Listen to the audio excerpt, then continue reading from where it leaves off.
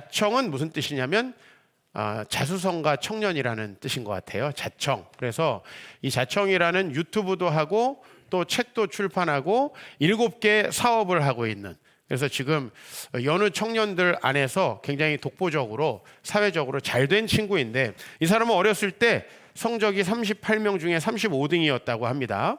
집이 어느 정도 가난했냐면은 집에서 난방을 할 수가 없어가지고 두꺼운 파카를 입고 있었대요. 저는 우리 아버지 얘기하는 줄 알았어요. 저도 이 정도는 아니었는데, 그리고 당연히 중고등학교 때 꿈도 없고 소망도 없고 게임에 중독된 사람이었고, 대학도 20대 중반에 늦게, 그것도 지방에 있는, 지방을 무시하는 건 아닙니다. 옮기는 거예요. 지방에 있는 어떤 대학의 철학과를 갔답니다. 누가 봐도 대안이 없어 보이는 그런 사람인데, 자기 경력 중에 하나를 이야기하는데 귀에 쏙 들어왔어요. 그게 뭐냐면 인터넷 악플러였다는 거예요. 왜 그렇게 악플을 달았느냐 하면, 자기가 문제가 있고 자기가 바뀌어야 한다는 생각을 하지 않고 세상이 잘못됐다라는 생각을 하다 보니까 이제 계속 악플을 달아서 자기를 정당화시켰다고 해요. 이 사람이 그럼 어떻게 해서 좀 새로운 삶을 살게 됐냐? 이제 대학을 들어가지 못하고 20세에 영화관에서 매표소 옆에서 이렇게 안내해주는 사람들, 이렇게 안내해주는 그런 아르바이트에 지원을 했는데, 그 알바마저도 떨어졌다는 거예요. 그래가지고 어머니께서 그 영화관에 전화를 해가지고 우리 아들 잘할 수 있으니까 좀 알바에 좀 뽑아달라고. 무슨 대기업도 아니고, 무슨 대학도 아니고 그 알바짜리. 그래서 이 형제가 이제 아르바이트를 하게 됐대요. 이 영화관 알바를 하다 보니까 자기가 사람들과 계속 대화를 해야 되는 거예요. 사람들이 뭘 물어보잖아요. 어디로 가야 돼요? 영화는 어때요? 막 물어보는데 자기가 좀 말을 잘하고 싶어졌대요. 그래서 이제 대화법과 관련된 책을 한 권 사서 읽게 되는데요. 그 책을 읽으면서 이렇게 대화를 해야지 하고서 하다 보니까 자기의 대화의 스킬이나 이런 것들이 좀 는다라는 느낌이 들었대요. 그래서 거기서부터 뭔가 내가 바뀌려면 이렇게 책을 읽어야 되겠구나라는 생각을 하게 됐고, 그 책을 읽다가 보니까 이제 자기계발서를 한 200권 정도를 읽고, 자기 나름대로 그 모든 자기계발서에 공통적으로 나오는 이야기를 자기 나름대로 정리하다가 보니까 그것을 자기 삶에 적용해서 자기가 이렇게 생각을 바꾸고 뭔가 남들보다 조금 더 잘 되는 인생이 되었는데, 그래서 이제 그 자기가 잘 된 그 이야기를 자기가 또 자기계발서를 썼어요. 그 자기계발서의 제목이 뭐냐면은 역행자예요. 역행자. 그래서 제가 이제 그 책을 또 어떤 내용인지를 보게 되었습니다. 이 사람은 이렇게 생각했대요. 자기가 공부는 못했지만 중고등학교 때 열심히 게임을 하면서 게임을 잘할 수 있는 방법이 있더래요. 게임의 공략집이라는 게 있대요. 저는 게임도 책을 봐야 된다는 사실을 처음 어제 이번 주에 준비하면서 알았는데, 그 공략집대로 열심히 따라하면 게임을 잘할 수가 있게 되더라는 거예요. 그래서 뭔가 인생에도 공략집 같은 게 있지 않을까 해서 그걸 열심히 정리하게 됐는데, 이 사람의 결론은 뭐냐면 역행자가 되어야 한다라는 거였어요. 그럼 무엇에 역행을 해야 되느냐? 이 사람이 이제 교회를 다니는 사람 같지는 않아요. 왜냐하면 그 책의 앞부분에 왜 우리가 역행자가 돼야 되냐? 우리 인류는 쭉 진화가 되는 과정 속에서 자기도 모르는 사이에 더 안전하고 또 자기를 변화시키지 않는 그런 방식으로 우리가 진화가 됐다는 거예요. 예를 들면 모험을 하고 막 새로운 시도를 한 사람들은 죽어가지고 유전자를 못 남기고, 가늘고 길게 꾸준히 살아가려고 하는 사람들이 주로 살아남아가지고 그 후손을 퍼뜨려서 지금 우리가 됐다는 거예요. 그래서 우리도 모르는 사이에 우리는 내가 지금 이대로 살면 안 되는데도 불구하고 그것을 변화시키고 새롭게 하려고 하지 않고 계속 그거를 유지하려고 했고, 자기도 그런 사람 중에 한 사람이었기 때문에 인터넷 게임만 하고 그리고 키보드로 다른 사람 욕하는 악플러가 됐다는 거예요. 이 악플러의 심리를 잘 알더라고요. 본인이 이제 전직 악플러였기 때문에. 그래서 그 선사시대 때부터 살아남아서 주입된 DNA, 무조건 변화를 안 하고, 변화를 안 하려면 어떻게 해야 돼요? 다른 사람들이 잘못된 거예요. 내가 잘못된 게 아니라. 변화를 안 하려면 어떻게 해야 돼요? 세상이 잘못된 거예요. 난 잘못된 게 없는 거예요. 그래야 변화를 안 할 수 있잖아요. 그죠? 여러분, 항상 남편에게 막 악플 다는 아내들 공통된 특징이 뭐예요? 나는 문제가 없는데 우리 남편이 문제가 있잖아요. 그렇죠?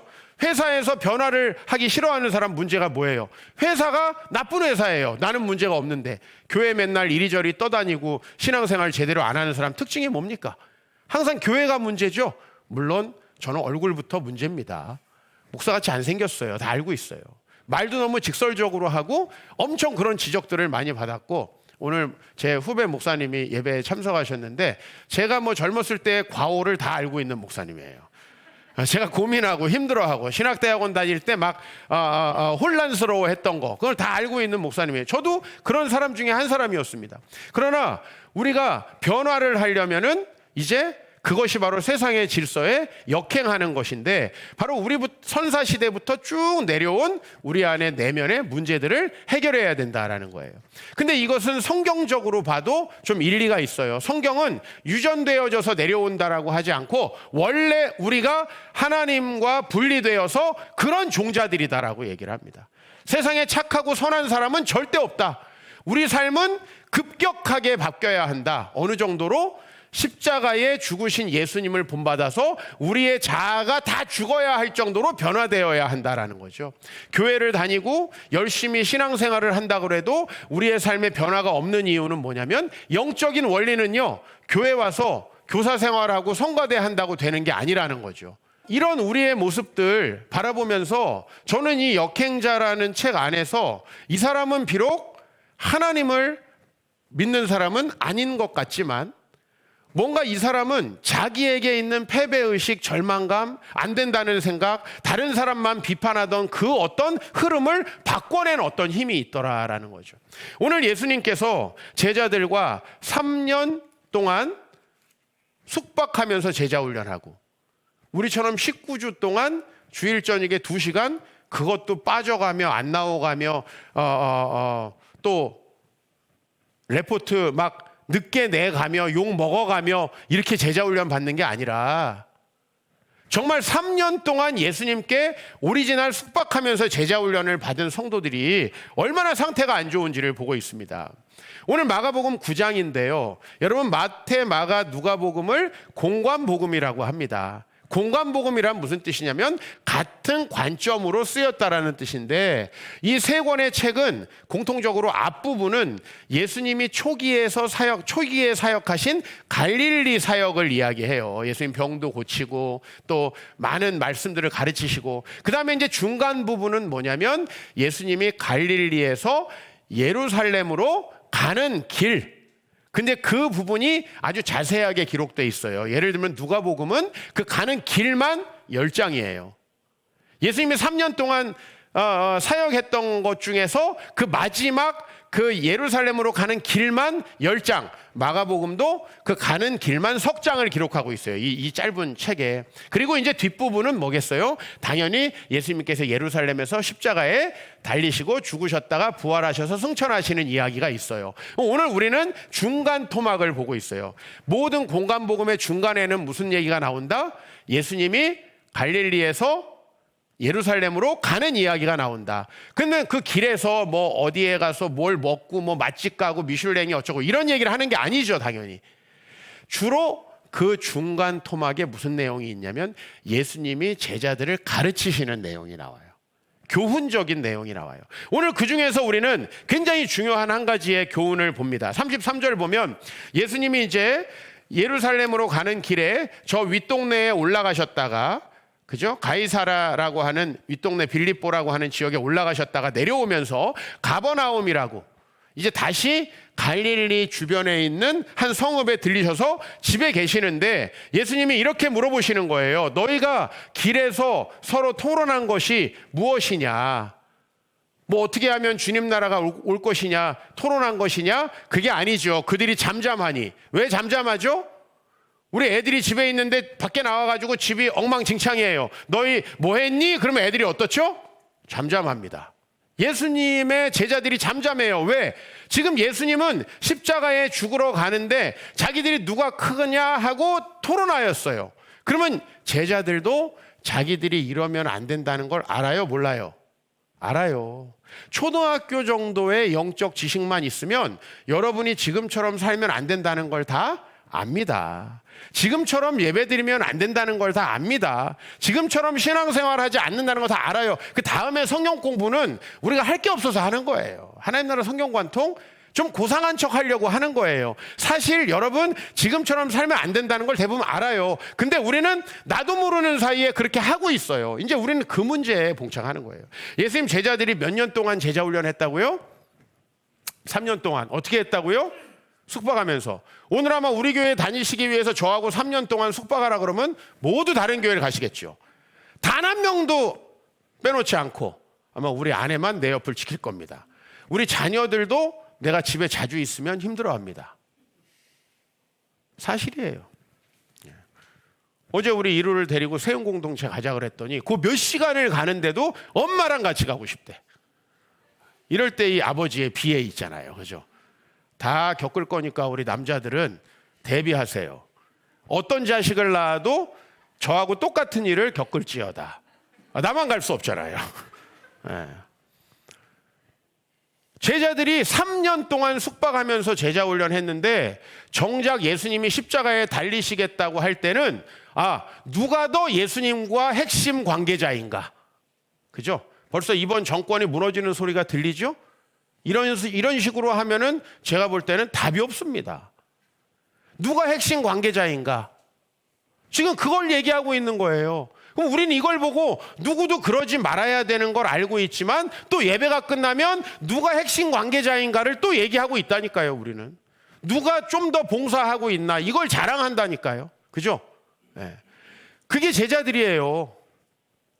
우리는 19주 주일 저녁에만 레포트 밀려가며 제자훈련 받은 인간들이란 말이에요. 될 수가 없는 거죠. 그래서 이제 이 예수님께서는 제자들에게 또 가르치시는 거죠. 뭐죠? 천국이 너희에게 임하려면 어떻게 해야 되는가? 마가복음 이제 9장 35절 잠잠하고 있는 제자들에게 예수님이 누구든지 첫째가 되고자 하면 무사람의 끝이 되고 무사람을 섬기는 자가 되어야 한다. 우리가 얼마나 많이 들은 말씀이에요. 그렇죠? 이거 초등학교만 되면 다 안 되니까요. 이번에 이제 우리 성경학교가 오늘 끝납니다. 그죠? 마지막 이제 분반 공부를 하고 제목이 뭔지 아세요? 비교하지 않아요. 이거 우리가 안 할 수 있으면 여러분 교회 올 필요도 없어. 이거 할 수 있으면 올 필요도 없다고. 여러분 가정은 이미 막 천국 막 주님 나라가 막 꽃피는 마을이 되어 있어. 지금 엉망진창이잖아요. 그 이유는 뭐냐면 이 초등학교 아이들의 이것도 우리는 못해요. 왜냐면 우리의 몸이 반응을 안 합니다. 무조건 딱 만나면 비교하는 거예요. 딱 남의 집에 가보면 비교가 돼. 여기 우리보다 좋네. 평수가 높네. 이거 어떻게 벗어나나요? 우리 몸이 반응하는데. 그래서 제자 훈련은 지식이 아니에요. 여러분이 영적인 훈련을 왜 평생 받아야 되냐면 어제까지도 40평짜리 집을 부러워하지 않다가 오늘은 또 부러워하는 게 우리거든요. 그게 우리예요. 무슨 제자 훈련을 저번에 받았으니까 말도 안 되는 소리고 평생 해도 우리는 다시 원래로 돌아가잖아요. 왜 예수님의 가르침이 우리를 진정으로 행복하게 한다는 걸 우리는 믿고 매주마다 예배를 드리면서도 왜 우리는 역행하지 못하는가? 왜 이 세상의 질서에 역행하지 못하고 또 직장 가면 어떻게 하든지 내가 다음번에 내년에 승진할 때 승진하려고 막 난리 부르스를 추는가? 그런 여러분의 모습을 아마 2m 정도만 떨어져서 봐도 확 패버리고 싶을 거예요. 왜 저렇게 사나? 근데 왜 우리는 그 삶을 계속하고 있는가 하면 우리 안에 죄성이 우리 하나님과 멀어져서 살면서 우리에게 남겨진 습관들이 있잖아요. 그게 쉽게 바뀌는 게 아니라는 거예요. 네? 오늘 그래서 예수님은 그 실예 우리가 첫째가 되고자 하면 무사람의 끝이 되는데 그 실예로 어린아이를 한 명 안으시고 이런 얘기를 하십니다. 누구든지 내 이름으로 이런 어린아이 하나를 영접하면 곧 나를 영접함이요, 누구든지 나를 영접하면 나를 영접함이 아니라 나를 보내신 이를 영접함이니라.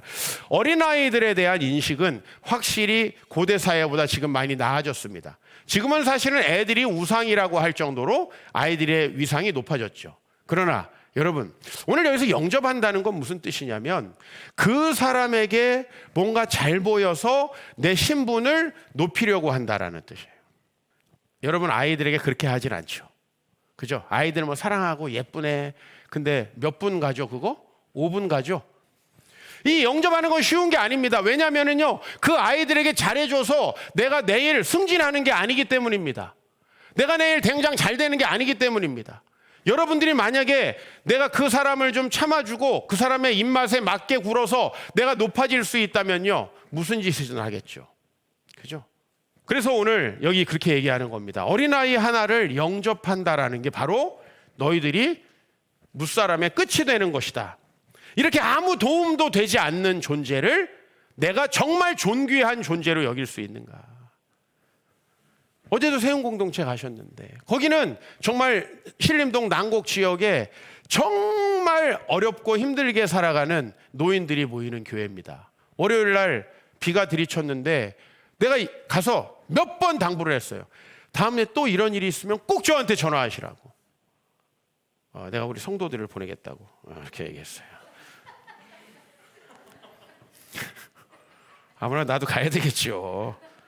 혼자 갈 수는 없잖아요. 우리 같이 가야지. 저도 아직 이 정도입니다. 저 혼자 가겠습니다. 이렇게 말을 못 하겠더라고.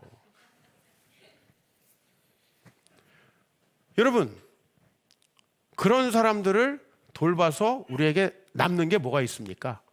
그래서 우리는 본능적으로 안 가려고 하는 겁니다. 예? BTS 사인회 가가지고 무슨 유익이 있습니까? 우리에게 솔직히. 근데 거기는 굳이 표를 엄청 비싼 걸 사고도 가려고 합니다. 그죠? 그게 우리 본성이란 말이에요. 우리 안에 내재되어 있는 우리가 망할 수밖에 없는 이유. 우리가 추접스럽게 살다가 지옥 같은 삶을 살다가 불행하게 죽을 수밖에 없는 이유. 그게 우리 안에 내재되어 있다는 거. 그게 죄입니다. 그래서 이 세상의 질서를 역행하는 거 어렵습니다. 그러나 율법 자체는 모두 다 세상에 역행하라라고 하는 가르침입니다. 레위기 말씀 하나 보겠습니다. 너희 땅에 곡물을 벨 때 밥 모퉁이까지 다 베지 말며 떨어진 것을 줍지 말고 그것을 가난한 자와 거류민을 위하여 남겨두라. 여러분, 한 푼이라도 모아가지고 그걸 가지고 어떻게든 재테크를 해가지고 어떻게든지 내 노후를 행복하게 하고 빨리 은퇴하고 싶어하는 이 사람들에게 곡식을 다 베지 말고 떨어진 걸 줍지 말고 남겨두라고요. 예? 제가 이번 주에 카카오 뱅크에 가입을 했습니다. 드디어 이 어려운 일을, 물론 옆에 간사님을 두고 이거 어떻게 하는 거니 해가지고 겨우겨우 가입을 했습니다. 근데 카카오 뱅크를 가입해 보니까 거기 저금통이라는 그 앱이 있더라고요. 깜짝 놀랐어요. 그래가지고 그 짜투리 돈을 다 모아서 준다는 거예요. 무슨 생각이 들었냐면 이거 나눌 수가 없다 이거. 우리 옛날에 짜투리 돈이라도 저금통 해가지고 줬는데 이거는 점점 더 우리는 우리 욕심으로 그냥 가득 찰 수밖에 없다. 정말요, 이 세상을 따라가다 보면요. 근데 우리가 이렇게 홍수 났을 때마다 우리는 무슨 이야기를 듣냐면 이 물을 거슬러 올라가는 물고기 이야기를 듣습니다. 그죠? 물고기 이야기. 그 물이 막 흘러내려가는데 따라 내려가는 물고기는 뭐죠? 뒤진 겁니다. 뒤진 거라고. 그거는 끝난 겁니다. 세상의 흐름에 여러분들이 지금 막 끌려가고 있으면 여러분은 뒤진 겁니다. 굉장히 심각한 겁니다. 영적으로 죽은 겁니다. 근데 거기에서 거슬러 올라가는 물고기가 살았다는 증거가 되는 거죠. 거기서 우리가 파닥거리고 살아보려고, 영적으로 살아보려고 열심을 다하는 거죠. 왜냐하면 저는 오늘 이 말씀에서 정말 가장 이 뒷부분의 말씀이 다가와요. 왜 그렇게 해야 되느냐? 나는 너희 하나님 여호와이니라. 마치 뭐 이런 거 있죠. 야, 내가 다 책임져. 내가 너희 아빠야. 뭐 이런 느낌. 제가 우리 아이들에게 항상 어렸을 때, 지금은 커서 안 먹히지만 아빠가 있잖아, 지금은 so what 이런다고요. 그 아빠가 있는데 뭐, 아빠가 별거 아니고 성질 맨날 왔다 갔다 하는 이상한 놈이라는 걸 이제 우리 아이들도 알았어요. 그러나 아직도 우리 이루를 데리고 제가 산에 갔다가 어둑어둑할 때 내려오면은 아빠가 있잖아, 먹힙니다. 먹힙니다. 그러나 우리는 결국은 누구를 의지해야 될까요? 여기 있는 성인분들은 누구를 의지해야 될까요? 결국은 하나님밖에 없다는 겁니다.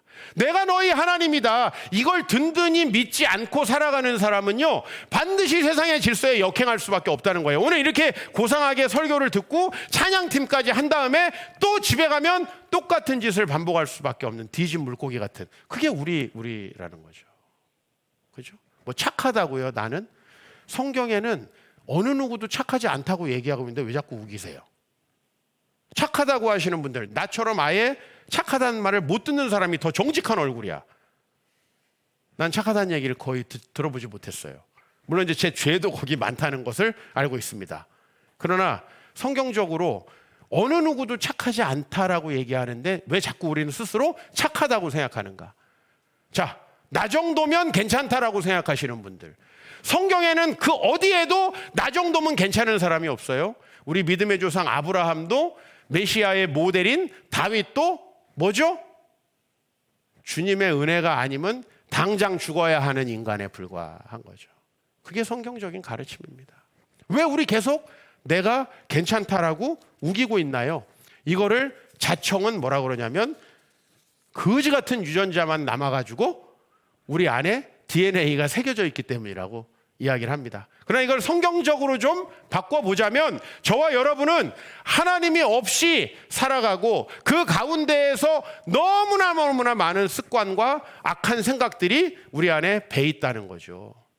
전 저희 아버지가 너무 정직하다고 생각해요. 저희 아버지가 목회를 하고 한 20년쯤 지난 후에 말씀하시는 거예요, 설교 시간에. 이 어렸을 때부터 내 안에 내재되어 있던 이 죄의 습성들이 빠지는 게 너무나 어렵다. 목회를 하고 20년. 우리 아버지가 쭉 여러분 얘기 들어보니까 여러분들보다는 괜찮지 않으세요? 근데 그 아버지가 목회를 20년 하고 고백하는 거예요. 어렸을 때부터 내 안에 있는 죄악된 생각들, 습성들이 진짜 빠지지 않고 여전히 나를 괴롭힌다는 거예요. 너무 공감합니다. 제가 올해 목사한 지 20년 차입니다. 우리는 어떻게 살고 있는지요? 남의 이야기는 들으면서 쉽게 비웃습니다. 소탐대실이라고 하는 고사성어가 있죠. 작은 걸 탐하다 큰 걸 잃어버린다. 이런 이야기입니다. 여러분, 이제 중국에 중원이라는 데가 있습니다. 중원. 제일 동쪽에는 요 산동반도 쪽에 제나라라고 있었습니다. 제나라. 서쪽으로는 이제 진짜 좋은 땅을 좀 벗어나서 약간 산에 가까워지는 진나라라고 하는 왕이 있어요. 나라가 있어요. 나중에 이제 진시황, 이 전국시대를 통일하는 게 바로 그 진나라죠. 이 진나라가 촉이라는 나라를 이제 정복하는 이야기입니다. 이 촉이라는 나라는 어디냐면, 옛날에 이 삼국지에서 유비가 들어가서 이제 세운 촉한 한나라가 이제 촉땅이죠. 여러분에게는 사천 짬뽕 같은 걸로 잘 알려져 있는 땅입니다. 근데 여기는 곡식도 잘 되고 비옥한 땅이지만요, 가기가 어렵습니다. 잔도라는 거 보신 적 있을 거예요. 잔도. 뭐냐면은 낭떠러지에 이렇게 겨우 달구지 하나 지나갈 수 있게끔 길 돼 있는 거, 그죠? 중국의 이런 길이 바로 이 촉으로 들어가는 길입니다. 중원에서 촉으로 들어가는 길. 그러니까 이 해왕이 촉 땅이 너무나 탐나는데 그 땅을 차지할 방법이 없는 거예요. 어떻게 해야 되는가 하고 신하들과 상의를 해봤더니 이 촉 왕이 엄청나게 약간 어때요, 느낌이? 예? 왠지 이렇게 좀 촐싹거리고 그럴 느낌 아니에요? 그냥 자기를 좀 세워주고 좀 돈 좀 준다 그러면 눈이 뒤집혀지는 놈이에요. 뒤진 물고기죠. 그러니까 오케이, 진나라 해왕이 이제 명령을 합니다. 가장 큰 옥, 중국에는 옥이 많잖아요, 그죠? 옥 원석을 좀 구해와라. 그래서 그 고사성어에 의하면 집채만한 원석을 가져왔대요. 그래서 그걸로 소를 새기기 시작한 거예요. 소를 새겨요. 이 옥우죠. 옥우. 옥으로 된 소를 새기면서 그 안에다가 배를 파서 거기다 진귀한 보물을 집어넣어서 바로 총나라 왕에게 진상한다라고 하는 소문을 쫙 흘려요. 그러니까 이거 누가 봐도 트로이 목마거든요. 이거 받으면 죽는 거거든요. 근데 이 총나라 왕이 어유 이렇게 좋은 거 준대. 그죠? 이메일로 복권 당첨됐다 그러면 괜히 열어봤다 스미싱 걸리잖아요. 비슷한 거예요. 예? 자기가 전혀 존경받을 만한 건덕지가 없는 인간인데 그렇지 나 정도면 괜찮지. 그래서 이 총나라 왕이 대신들의 수많은 반대를 다 무찌르고 아니 이렇게 보물을 준다는데 무슨 문제가 있느냐. 아닙니다. 저 진나라 해왕이 아주 영악한 놈입니다. 그렇게 총나라 왕의 마음이 막 붕 떠 있을 때 아첨으로 붕 떠 있을 때 누가 옵니까? 이제 진나라 사신이 도착하는 겁니다. 저희가 다 준비했습니다. 그리고 진귀한 보물을 싣고 이걸 싣고 올 수레를 운반해야 되는데 보니까 길이 사람 하나 왔다 갔다 할 수밖에 없는 그런 길이라서 우리가 못 가겠습니다. 당장 명령해서 시온의 대로를 여는 거죠. 그죠? 그래서 거기로 이제 군대가 들어와 가지고 총나라를 이제 정복하게 되는 거죠. 사실 이게 남 얘기 보면은 너무 웃기는 얘기입니다. 그러나 우리는 계속해서 내가 높아져야 되고 내가 승진해야 되고 내가 더 물질적으로 성공해야 되고 이 생각에 사로잡혀 가지고 그렇게 할 수 있다라고 하면 다 속잖아요. 이 세상에 왜 이렇게 수많은 사기가 일어납니까? 사기꾼들의 공통적인 특징은 뭐냐면 대단히 젠틀하고 그리고 복장도 아주 매력적으로 한다는 거죠. 로비스트들 중에 막 아줌마같이 생긴 사람 봤어요? 아니죠. 완전 멋쟁이들로 로비스트를 시키죠. 왜? 그것에 사람은 고무되어지고 그런 사람을 만나서 내가 호텔 같은 데서 존중받는다는 거에 대해서 사람은 이미 총나라 왕처럼 되는 거죠. 사실은 그게 우리라는 거예요. 야고보서 1장 15절에 보니까 욕심이 잉태한 즉 죄를 낳고 죄가 장성한 즉 사망을 낳느니라. 제자들은 3년 동안 예수님과 숙박하면서 제자 훈련을 받았는데 몸은 뭘 따라 움직여요? 자기 욕심을 따라 움직이는 거예요. 3년 동안 제자 훈련 받고 이러면 안 된다 그러고 나도 십자가에 죽을 것이다 했는데 제자들은 야 예루살렘 갔을 때 순위 정하자. 베드로 내가 1번이야. 그죠? 누가 봐도 1번이지. 오케이 너 1번 그럼 우리 2, 3번으로 해줘. 야고보 요한이 이제 얘기하는 거죠. 나머지 제자들은요 부글부글 끓는 거죠. 예? 아이씨 왜 예수님 변화산에 쟤들만 데려가가지고 막 부글부글 끓는 거죠. 자, 우리는요 사실은 몸이 움직이지 않는 게 문제예요. 다 알고 있잖아요. 몸이 움직이지 않으면 모르는 거랑 똑같습니다. 아니 여러분 우리 아이들 몰라서 잘못할 때는 귀엽잖아요. 다 알고 안 하면은요. 초신자가 못하면 귀엽잖아요. 그래서 여러분들 계속 귀여움을 받으려면 1년에 한 번씩 옮겨 다니시면 돼요. 어디 가나 환영. 얼마나 좋아요. 죄의 결과 우리는 머릿속으로 나도 모르게 몸이 계산하고 있어요. 그죠? 내가 만나서 이익이 될 것 같고 나에게 쾌락을 줄 것 같은 사람에게는 왠지 마음이 끌리고요. 내가 만나도 그 다음에 나에게 별 도움이 될 것 같지 않은 곳에는 가고 싶지 않은. 그죠?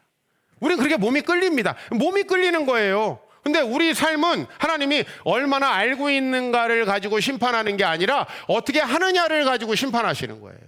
즉 여러분이 신앙생활의 도를 몰라서 인생이 불행해지는 게 아니라 알지만 몸이 안 움직이니까. 그래서 훈련이라는 게 필요한 거죠.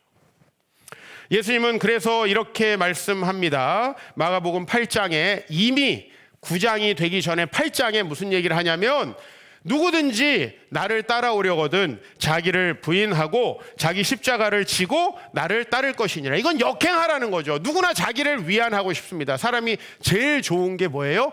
힐링 여행이에요. 그렇죠? 그거는 나를 순방향으로 살 수 있도록 다독이는 거예요. 그러나 그런 방식으로 복음이 전해지지 않는다는 거예요. 복음은 나를 뒤집어 엎는 거예요. 물에 끌려가게 만드는 게 아니라 물을 역행해서 차고 올라가게, 이게 얼마나 큰 훈련이 필요하겠습니까? 누구든지 자기 목숨을 구원하고자 하면 잃고 나와 복음을 위하여 자기 목숨을 잃으면 구원하리라. 진짜 이게 믿어지시나요? 혹시 믿어지신다면 이렇게 살아보신 적 있나요? 우리 인생이 그래서 안 되는 거죠. 이거 알면 뭐예요? 이거 얼마나 많이 우리 알고 있는 거예요.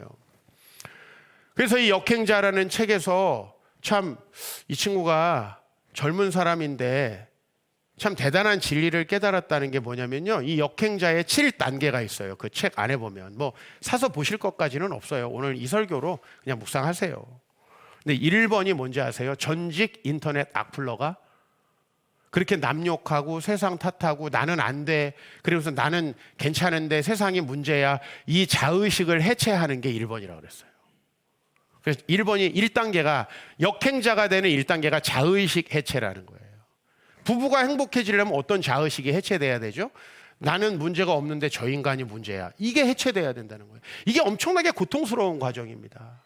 여러분은 결혼하고 외식하고 여행하고 대화하는 시간 가지면 천국에 올 것 같죠? 끝에 기다리는 건 별거예요. 정서적 별거라고. 여러분 아닙니까? 성경은 그렇게 얘기하고 있는 거예요. 우리가 결혼해서 외식하고 여행 가고 서로 즐거운 추억을 만들려다가 항상 싸워요. 사람은 바쁘게 직장 생활을 할 때는 절대 안 싸워요. 만나야 싸우죠. 그렇죠? 가정천국은 어떻게 이루어지느냐? 내가 얼마나 추접스러운 인간인지를 알게 될 때, 그 과정을 통해서. 그리고 그걸 가장 많이 얘기해 주는 분이 누구예요? 여러분의 배우자예요. 여러분의 배우자는 여러분이 어떤 인간인지를 아주 과장해서 너무나 감정을 상하게 하면서 얘기를 해요. 얼마나 좋아요. 목사보다도 훨씬 더 목사같이 이야기를 하고, 어느 이사야 예레미야 선지자도 저리 가라 할 정도로 여러분의 배우자는 여러분의 심장과 폐부를 찔러 쪼개죠. 그래서 결혼을 해야 된다는 거예요. 그래서 결혼을 안 하면 인간 되기가 어렵다는 거예요. 그 절망하는 과정을 통해서 서로 내 자신이 이렇게 부족하구나 했을 때 가정의 변화가 일어나는 거예요. 왜? 한의사들 맷집 퍼보면 딱 알잖아요. 전 세 가족이 와서 5분만 얘기해 보면 이 집이 어떤 집구석이겠구나라는 게 딱 감이 와요. 두 번째, 여러분은 교회에서 세 가족 과정을 잘 마치고 등반해가지고 적응해가지고 사람들 좀 알고 그 공동체 안에서 뭔가 섬기면서, 뭐 세 가족도 섬기고 뭐 뭘 섬기면서 여러분이 이 교회가 천국 되는 것 같죠. 그런 사람들이 모여가지고 한국 교회에 이 엄청난 거대 악을 만들어내는 거예요. 그걸로 천국이 이루어지는 게 아니라 이 교회를 다니면서 내가 얼마나 이기적이고 이 교회 공동체 안에서도 내가 얼마나 자기밖에 생각하지 않고 섬기고 헌신해야 될 때 얼마나 내가 뒤로 빼고 돈 없는 척하는지 그걸 깨달아야 되는 거예요. 우리가 이 교회를 다니면서 내가 얼마나 사랑이 없고 조금만 다른 사람도 불편한지, 예? 내가 소그룹 그 달랑 5명밖에 안 되는데 그 중에도 한 명은 그렇게 왜 미워할 수밖에 없는 인간이라는 걸 깨닫는 거예요. 근데 그 깨달음이 나를 천국으로 이끄는 거예요. 우리 아내도 저에게 이런 깨달음을 줍니다. 당신은 내가 아니었으면 절대 행복하게 못 살아. 누가 당신 같은 사람을 데리고 살겠어? 내가 우리 집사람 말에 동의하는 게 아니에요. 성경적이라 동의하는 거예요. 난 죽어도 동의하기 싫어. 그리고 성경으로 대갚아 주죠. 너도 마찬가지야. 서로 아멘, 땡큐, 할렐루야 하면서 우린 커가고 있는 거예요. 교회에서 무슨 적응하고 뭐 나는 전에 신앙생활 어떻게 했고 다 버리셔야 돼요. 신앙생활 그런 게 아니에요. 뭐 새가족 과정이 있습니까? 그런 생각도 하지 마세요. 제자훈련 받으면 이제 교육 다 받은 거다? 천만의 말씀이에요. 3년 예수님하고 숙박한 사람도 안 되는데. 여러분, 그게 아니라는 거예요. 우리가 얼마나 부족하고 악한 존재인지를 깨달으면요, 이 교회가 굉장히 천국처럼 보일 거예요. 그렇게 나쁜 인간들이 이렇게 많이 모여 있는데 안 싸운다고? 그렇게 나쁜 인간들이 이렇게 모여 있는데 교회가 돌아간다고? 와우, 어메이징. 이렇게 되는 거예요. 근데 그걸 모르는 사람은 교회가 어떻게 이럴 수 있어요? 교회는 모든 세상에서 일어나는 일이 다 일어나는 곳이에요. 제가 어떻게 목회자로 성숙하고 있는가 봤더니 무슨 학교를 나오고 무슨 학위를 하고 무슨 책을 내고, 그건 내 인격적 성숙에 아무런 도움이 안 됩니다. 내가 교회에서 성숙하게 된다면 내 죄성을 깨닫는 거죠. 야, 목사가 이 정도인가? 감사한 건 우리 아내가 그 말을 안 한다는 게 너무 감사해요. 어떻게 목사가 이래요? 이런 말을 할 소지가 굉장히 많거든, 내가. 근데 그래도 그 직분 공격은 단 한 번도 하지 않는다는 거죠. 너무 감사해요. 그럼 내가 어떻게 하겠어요? 사모는 그래도 되냐? 이렇게 되겠죠. 저는 그 정도 인간이라니까요. 그걸 안 해요, 우리 아내가. 너무 감사해요. 근데 스스로 괴로워하는 거예요. 내 인격의 부족에 탄식하고, 가장 탄식하는 부분은 내가 이렇게 오래 설교하는데 이렇게 개떡같이 설교하는가에 대해서 탄식하는 거예요. 아직도 내 설교에 대해서 자는 사람이 있고, 데시벨을 이렇게 높여서 주일 저녁이 되면 제가 뇌가 울려요. 하루 종일 소리 질러가지고. 근데도 자는 사람이 있고, 그다음에 이 설교의 이 직격탄을 이렇게 박격포처럼 맞으면서도 굳건히 안 변하고 20년씩 가는 성도들이 있다는 거에 굉장히 좌절하고, 그리고 그렇게 소리 지르면서 나도 못하는 거에 대해서 엄청 좌절하고, 엄청나게 좌절합니다. 근데 그 좌절이 나를 성장시키는 거지, 무슨 책을 보고 이것만 느는 거죠. 거기서 성장하는 게 아니에요.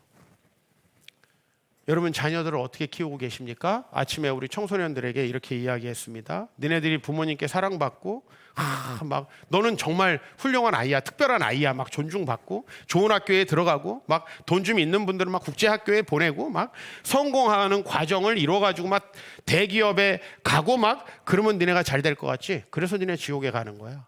내가 우리 아이들한테 얘기했어요. 그 과정은 하나님이 빠지면 지옥과 훨씬 더 가까워져요. 하나님이 빠지면 얼마나 이기적이 되어가는지 몰라요. 그러나 자신의 죄성과 소망 없는 세상에 대해서 절감하고 하나님 앞에 의지할 때 너희가 천국을 누리는 역행자가 될 수 있어. 세상의 질서를 역행하지 못하면요, 여러분이 여기 와서 종교 생활하는 것도 사실상은 큰 의미는 없습니다. 여러분 가정 안 변합니다, 절대로. 그게 성경이에요. 제 얘기가 아니고 성경 어디를 읽어보세요. 다른 얘기를 하는 곳은 없을 겁니다. 제가 나름대로 그래도 성경 좀 알거든요. 주둥이는 살았거든요. 그렇기 때문에 세상의 질서에 역행하는 훈련 장소로서 이 교회를 사용하시기 바랍니다. 내가 예전에 뭐 이렇게 했으니까 이 교회에서 나 좀 대우해 주세요.